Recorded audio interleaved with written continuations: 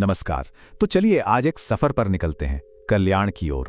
और इस सफर में हमारा गाइड है योग कल्याण का मार्ग।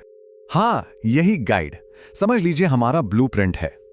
एक ऐसा नक्शा जो हमें योग की इस पुरानी प्रैक्टिस के जरिए ले जाएगा और समझाएगा कि ये शरीर, मन और आत्मा के लिए कितनी गहरी चीज है। ये एक बहुत ही पावरफुल सवाल है ना? सोचिए जरा, हम एक ऐसी दुनिया में जी रहे हैं जो कभी रुकती ही नहीं, हमेशा भाग दौड़।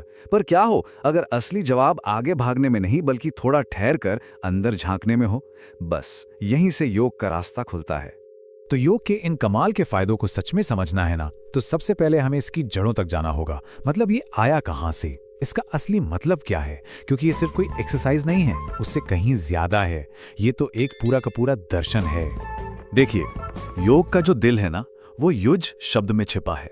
इसका मतलब है जुड़ना, एक हो जाना। अब इसे ऐसे सोचिए, ये सिर्फ पैरों के अंगूठे छूने की बात नहीं है। ये है अपने शरीर की हर हरकत को अपनी सांस से जोड़ना और फिर उस सांस को अपने विचारों से जोड़ना। मतलब खुद का एक मुकम्मल एकीकरण। और ये जो सिद्धांत हैं, ये इस प्रैक्टिस के लिए कंपास की तरह हैं। जैसे एकता, ये याद दिलाती है कि हम हर चीज से जुड़े हैं। संतुलन, जो शरीर और मन में हार्मोनी लाता है। जागरूकता, जो हमें सिखाती है कि अभी इस पल में कैसे जिएं। और अनासक्ति, जो हमें आजाद करती है। तो ये सिर्फ बातें नहीं हैं, ये असल में जिंदगी जीने के टूल्स हैं, मैट पर भी और मैट के बाहर भी। चलिए अब योग के उस हिस्से पर आते हैं जिसे ज्यादातर लोग जानते हैं, इसकी फिजिकल प्रैक्टिस। अक्सर यही वो दरवाजा होता है जहां से लोग कल्याण की गहरी दुनिया में कदम रखते हैं, और इसकी वजह भी बहुत ठोस है। योग के अप्रोच में सबसे दिलचस्प बात पता है क्या है? ये मसल्स को अलग अलग नहीं देखता। मतलब कई दूसरी एक्सरसाइज की तरह नहीं जहां आप एक मसल ग्रुप पर काम करते हैं। यहां योग की मुद्राएं, जिन्हें हम आसन कहते हैं, वो पूरे शरीर को एक साथ काम करने का चैलेंज देती हैं। और इससे जो ताकत बनती है ना, वो असल जिंदगी में काम आने वाली इंटीग्रेटेड स्ट्रेंथ होती है। तो मोटे तौर पर देखें तो ये 3 बड़े फायदे हैं। पहला, शक्ति, और ये सिर्फ दिखावे वाली नहीं बल्कि शरीर को स्थिर रखने वाली ताकत है। दूसरा, लचीलापन, जो चोट से बचाता है और मूवमेंट को आसान बनाता है। और तीसरा, संतुलन, जो सिर्फ शारीरिक नहीं है, यह बहुत गहरा है। सोचिए, जब आप एक पैर पर बैलेंस बनाने की कोशिश करते हैं तो असल में अपने दिमाग को भी फोकस करना सिखा रहे होते हैं। मन और शरीर का कितना खूबसूरत कनेक्शन है। लेकिन कहानी सिर्फ शरीर पर आकर खत्म नहीं होती।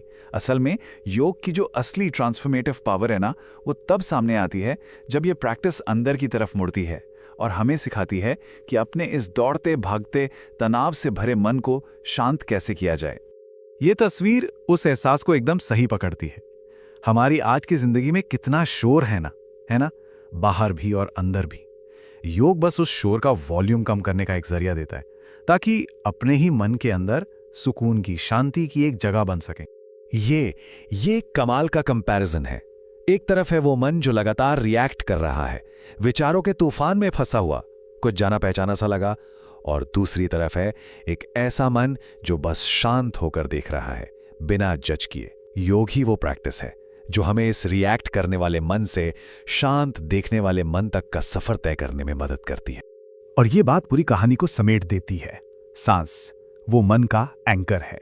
जब सिर्फ अपनी सांस पर ध्यान देते हैं, अंदर आती हुई बाहर जाती हुई, तो मन में जो लगातार बकबक चलती रहती है ना, उसके लिए जगह ही नहीं बचती। क्यों? क्योंकि सांस हमेशा अभी में होती है, इसी पल में। सुनने में बहुत सिंपल लगता है, लेकिन ये बहुत बहुत गहरी बात है।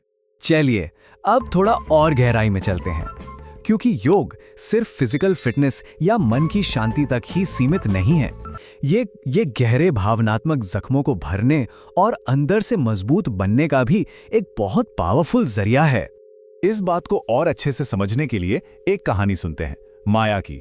माया कई लोगों की तरह अपने अतीत के जख्मों का बोझ लेकर चल रही थी।